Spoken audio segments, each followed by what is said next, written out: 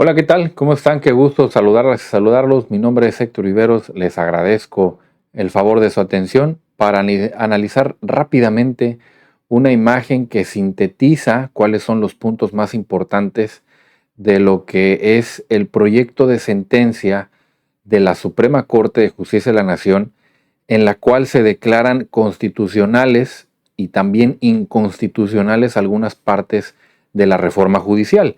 Esto es una cuestión que le debemos entender en el sentido en el que los mismos ministros, o bueno, el ministro ponente de esa sentencia lo ha manifestado, el ministro González Alcántara Carrancá, que dice, bueno, el proyecto va en este sentido porque pues hay una crisis judicial que resolver y que detener.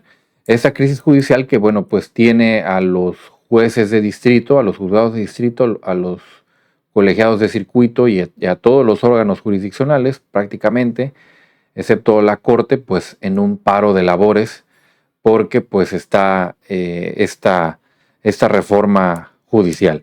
Y bueno, pues ellos han comentado esto, que lo que tratan es de resolver una crisis institucional, una crisis en el Poder Judicial, pero que no han dejado de lado la oportunidad de estudiar cuáles son los derechos humanos afectados y cuáles son además las consecuencias, no solamente en materia de derechos humanos de las personas juzgadoras, de los trabajadores del Poder Judicial, sino también las consecuencias para las personas afectadas, los principales afectados de las consecuencias de esta reforma, que van a ser pues los justiciables, las personas que son usuarias o cuyos procedimientos se van a resolver o se resuelven a través del Poder Judicial de la Federación.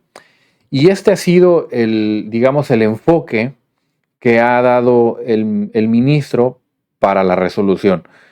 A mí me parece muy interesante, lo vamos a ver, ya voy a compartir la imagen para dejar de estar dando precuelas. A mí me parece muy interesante cómo es que han organizado esta sentencia. Fíjense nada más, esta es la imagen que tiene la síntesis de los puntos que van a ser, digamos, declarados constitucionales y los que van a ser declarados inconstitucionales.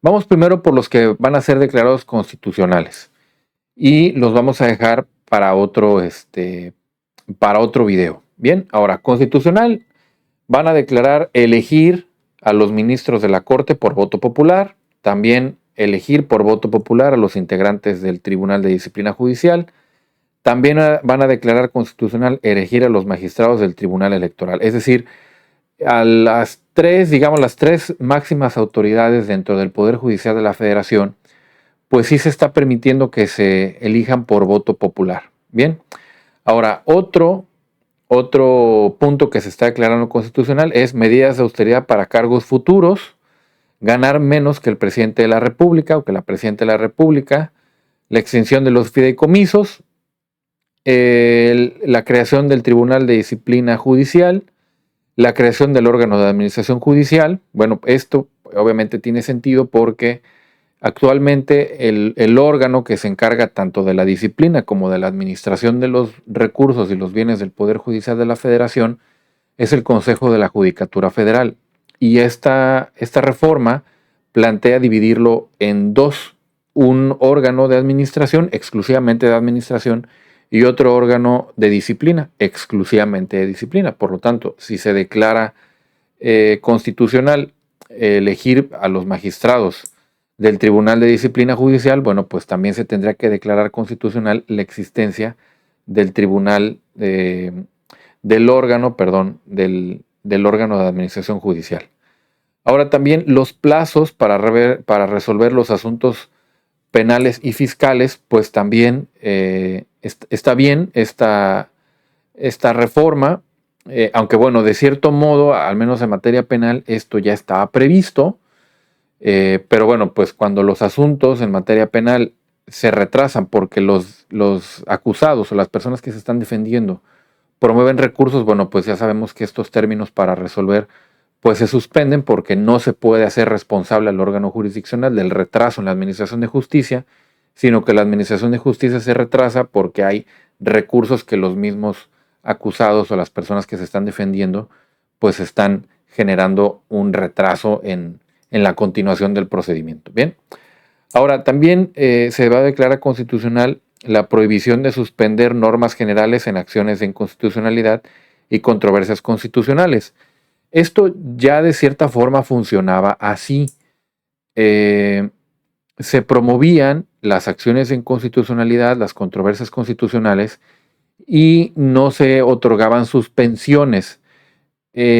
Aquí habría que revisar con más detenimiento, yo prometo hacerlo en el futuro, hay que revisar con más detenimiento si la suspensión de los actos reclamados es una figura prevista por la ley que regula estos recursos, estas figuras jurídicas, y ver si esta cuestión de la suspensión de los actos reclamados era solamente creada a través de la jurisprudencia o si tenía algún fundamento legal. Bueno, ahora vamos a ver cuáles son las que se declaran inconstitucionales, que son las que nos van a dar, digamos, para comentar. A ver, la figura de los jueces sin rostro. Fíjense, esta figura de los jueces sin rostro proponía que en materia penal los acusados nunca pudieran verle la cara al juez que los está procesando, ¿bien? O sea, ni en audiencia inicial, ni en audiencia intermedia, ni en audiencia de juicio. Supongo que tampoco en las audiencias de ejecución, las audiencias que se celebran después de que ya hay una sentencia condenatoria. Y bueno, pues esto me parece muy grave, o me parecía muy mala idea, pues porque imagínense, cualquiera de nosotros o alguna persona cercana a nosotros, pues de por sí el estándar probatorio en audiencia inicial, es decir, el estándar de prueba con el cual te vinculan a proceso, pues es mínimo. Para quienes no lo saben, actualmente para que te vinculen a proceso, nada más es suficiente con exponerle al juez penal que hay algún hecho constitutivo, que sucedió un hecho que probablemente sea constitutivo de un delito y que probablemente la persona imputada probablemente participó en esos hechos. Es decir, es un estándar mínimo, así nada. Y bueno, este estándar mínimo aplica tanto para delitos pues muy poco graves, como por ejemplo, no sé, no quiero decir que porque yo digo que no son graves estos delitos, no se vean afectadas las personas, sino porque probablemente la penalidad es más baja. Pero por ejemplo, no va a ser lo mismo que alguien de pronto sea vinculado a proceso por un robo de vehículo, vamos a decirlo así, que una persona que está siendo acusada por delincuencia organizada. Entonces, bueno, ¿cómo es que te pueden vincular a proceso por un delito o por otro? Basta y sobra porque en la carpeta de investigación consten registros de investigación en los que se hable de alguno de estos delitos, delincuencia organizada, secuestro, cosas así muy graves, y que tú probablemente participaste en esto, ¿no? Y entonces de pronto pues no sabes ni quién es el juzgador o la juzgadora que te está juzgando y tú en realidad ni siquiera cometiste el delito. De hecho, en audiencia inicial pues todavía te protege, y durante todo el proceso te protege el principio de presunción de inocencia, pero bueno, pues aquí no tendrías ni el rostro del juez. O sea, yo me imagino esa situación tan angustiante de estar siendo juzgado y que tu libertad esté en riesgo y que no veas ni la cara de quien te está, digamos, de quien te está juzgando, ¿no? Me parece, pues, no sé, la verdad no entiendo por qué pusieron esta regla. Ahora, sí, de lo que se trata era de proteger la identidad de los jueces por un tema de seguridad. Bueno, pues yo lo que pienso es que debería de haber destinado recursos públicos para proteger la seguridad de los jueces y que no se sientan temerosos de que por alguna resolución pues va a haber alguna consecuencia en su contra, en contra de su familia, en contra de su integridad física, de su vida. Yo es lo que considero que debería de estar pasando, no esconderlos, sino aún cuando se les ve, pues protegerlos adecuadamente. Pero bueno, esta pues inconstitucional, qué bueno. Ahora, en constitucional voto para elegir magistrados y jueces federales y e inconstitucional también para el voto popular de magistrados y jueces locales. También inconstitucional remoción masiva de jueces federales y magistrados federales y locales. A ver, estas tres partes que están declarando inconstitucionales, a mí la verdad me generan cierta tranquilidad. Les voy a decir por qué. Porque de todos, digamos, de todo el universo de asuntos que hay que resolver en el país, todos los que están pendientes de alguna resolución o los que van a estar pendientes de una resolución en el futuro, la gran mayoría de los asuntos de la materia civil, de la familiar, de la penal, están en manos del fuero común, es decir, de las juezas y los jueces que están en los estados de la República. Bien, y estas personas, en su mayoría, no todas, pero en su mayoría, cuentan con carreras judiciales muy respetables, muy respetables. No quiere decir que no haya jueces que están ahí porque son familiares o amigos de. Eso también sucede. Es cierto que esto pasa. Decir que no hay errores, vicios o corrupción o nepotismo en la forma en la que se asignan a las personas que son titulares de los juzgados también es faltar a la verdad. A ver, aquí no estamos defendiendo al Poder Judicial. Lo que yo siempre he tratado de hacer en estos videos es defender la posibilidad de que las personas tengan acceso a la justicia y que esta justicia sea impartida por gente que tenga la capacidad. Y justamente la carrera judicial está diseñada para eso, para que las personas que tienen la capacidad reciban como premio o reciban, sí, como premio o como reconocimiento a su trayectoria y a su capacidad, y una vez que pasan por los exámenes y lo que tienen que pasar, se conviertan en juezas y en jueces. Y yo lo que puedo decir es que en su mayoría, las personas que forman parte del Poder Judicial, al menos aquí en Veracruz, sí son personas capaces, sí tienen carrera judicial y sí merecen estar en el lugar en el que están. Ahora, con todos puede haber discrepancias o concordancias en sus criterios jurídicos. Eso es algo que nosotros como litigantes asumimos, que a veces podemos tener la misma forma de deliberar un asunto y a veces no la vamos a tener. Pero eso los litigantes lo sabemos. Pero también sabemos que dentro de este universo de personas que están ahí en los juzgados, hay gente que sinceramente no tiene la capacidad o tienen muy poco tiempo de haber entrado al Poder Judicial y de pronto empiezan a escalar de manera sospechosa en los niveles de la carrera judicial. Vamos, alguien que entró en enero y ya entró directamente a ser jueza o juez y resulta que para junio, julio del mismo año o para diciembre de ese año ya es una persona que forma parte de un tribunal especializado y para el siguiente año resulta que ya lo están proponiendo para magistrado o magistrado. Esos casos también existen, pero son los menos, esa es la realidad. Sí hay un respeto por la carrera judicial, sí hay personas que tienen carrera judicial y que ocupan actualmente el cargo de juezas, de jueces y de magistrados. Y lo digo, la mayoría de estos asuntos están por resolverse o se resolverán en el fuero común. Y entonces, en el fuero común es donde más debemos de preservar la carrera judicial, porque ahí es donde se resuelven la mayoría de los asuntos de pensiones alimenticias, los divorcios, las guardas y custodias, las reivindicatorias que porque me quitaron un terreno, todos esos asuntos se llevan en el fuero común, no se llevan en el fuero federal ni en la Suprema Corte, se llevan en el fuero común y ahí es donde es muy importante mantener viva la carrera judicial y que las personas que están dentro del Poder Judicial tengan la seguridad de que después de cumplir con los pasos de la carrera judicial, tienen la oportunidad de competir para convertirse en juezas y jueces. Porque si no, pues ¿de qué les sirve a las personas pasar por mesa administrativa, por archivo de un juzgado, por actuaría, por secretaría de acuerdos, si al final de cuentas, después de conocer todo el funcionamiento de un juzgado, después de conocer muchos asuntos, muchas experiencias, al final de cuentas eso no va a contar para que se conviertan en juezas o jueces, sino lo que iba a contar era su popularidad ante las personas.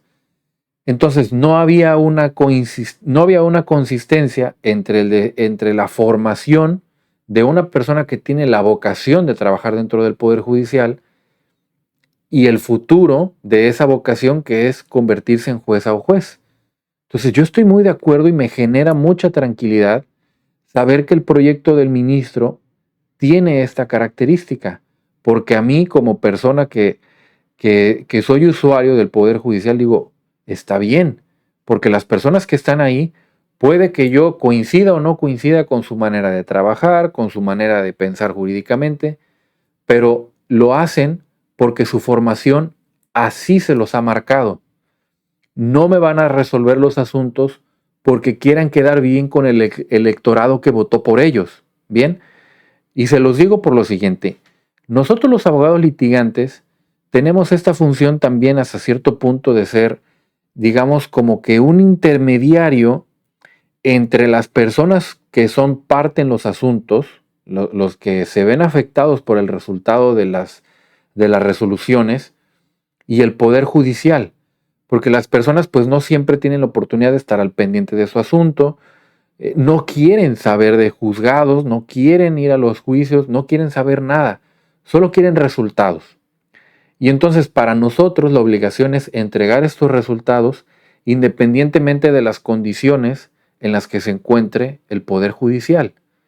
Entonces, ¿cómo voy a llegar yo a explicarle a un cliente así, oiga, ¿sabe qué? Lo que pasa es que pues nos resolvieron este asunto no con fundamento en la ley, ni con fundamento en la experiencia que pueda tener un juzgado o con fundamento en los criterios jurídicos aplicables. Nos resolvieron este asunto de acuerdo con la conveniencia política de la jueza o el juez. Eso con el tiempo, y no con mucho tiempo, sino al corto plazo, lo que iba a generar era una idea de una completa corrupción y una completa desconfianza en el Poder Judicial. Actualmente hay confianza en el Poder Judicial, pero convertir las sentencias en la vía para expresar una orientación política iba a tener esta consecuencia de quitarle por completo la credibilidad al Poder Judicial, porque entonces las decisiones no se iban a tomar conforme a un criterio jurídico, sino conforme a un criterio político. Y entonces las personas van a decir, bueno, pues ¿de qué sirve que la ley diga una cosa, que los precedentes digan una cosa y que la jurisprudencia diga lo mismo, si al final de cuentas la orientación política o el proyecto político de quienes llevaron a este juez a este lugar o a esta jueza a este lugar son los que van a prevalecer? Eso al final iba a minar la calidad de la administración de justicia e iba a minar más la confianza de las personas en el Poder Judicial. Lo mismo con el tema de magistradas y magistrados de los jueces federales y también lo mismo, obviamente, con el tema de la remoción masiva. A mí me parece que estos dos puntos del proyecto son los más importantes porque, de cierto modo, pues nos hacen pensar que todavía hay posibilidades de mantener la seriedad dentro o en el grupo de personas que encabezan los juzgados y las salas de los tribunales superiores de justicia en cada uno de los estados de la República, porque será gente que mayormente tenga carrera judicial y tenga como vocación servir a un tipo de justicia y no servir a una orientación política. Eso a mí me causa tranquilidad. Ahora falta que esto pues realmente pueda llevarse a los hechos, que sea una sentencia que se pueda aplicar.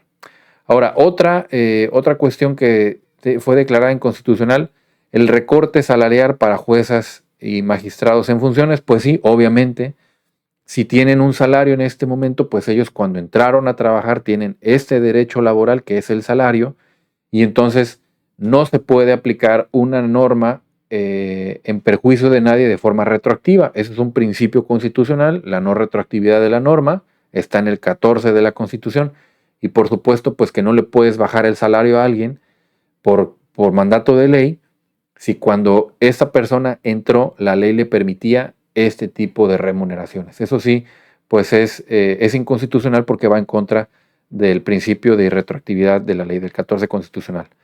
Ahora, se declararon inconstitucionales también algunas facultades del Tribunal de Disciplina Judicial. Yo me comprometo a revisar la sentencia para saber qué facultades son las que se van a declarar inconstitucionales. La inatacabilidad de las decisiones del Tribunal de Disciplina Judicial.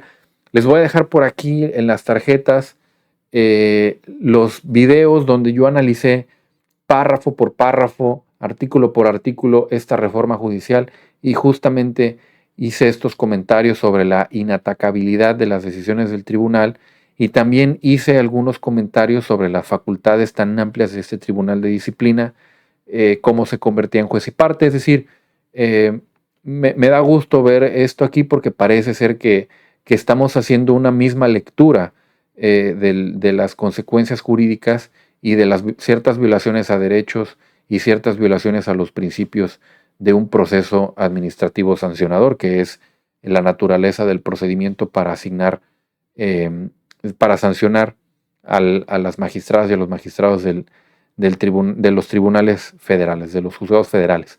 Ahora, también me parece que si hay un tribunal de disciplina judicial federal, tendrá que haber un tribunal de disciplina judicial a nivel local.